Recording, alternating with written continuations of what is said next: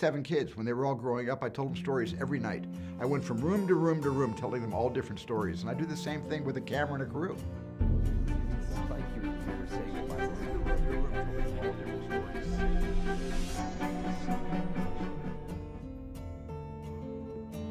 Every movie I've ever made has come from some place, whether conscious or unconsciously, emotional and deep.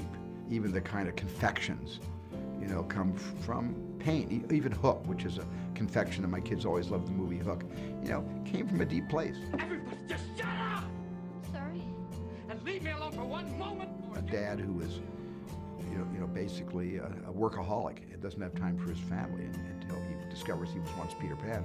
But there's a message in that even. So even a kind of frolic like Hook has some deeper meaning to my life.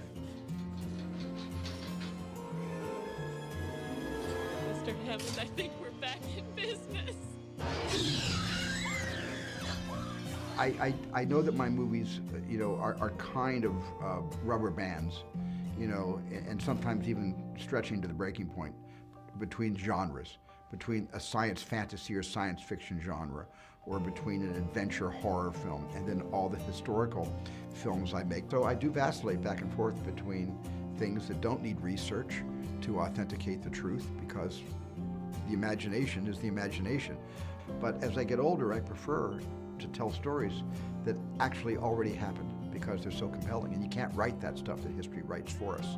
History is the greatest writer of drama and of irony and of catastrophe and of destiny and of victory. You can't do better than history. So, can I ask you a hypothetical question? Oh dear, I don't like hypothetical questions. Well, I don't think you're gonna like the real one either. Do you have the papers? Not yet. I just thought this was a great story. It was a great story that should be told in today's current climate, where the press is under such withering attack and also denial. The Times has 7,000 pages detailing how the White House has been lying about the Vietnam War for 30 years. My heroes are basically investigative journalists. When I was younger, of course, my heroes were Indiana Jones and Superman and that kind of thing. But today, as I get older and I realize, the kind of sacrifices these people make, their reputations and their careers, and simply to get the truth out there where it can be, seen. He's going to go this slow to here, but then he's going to go a little faster to reveal himself.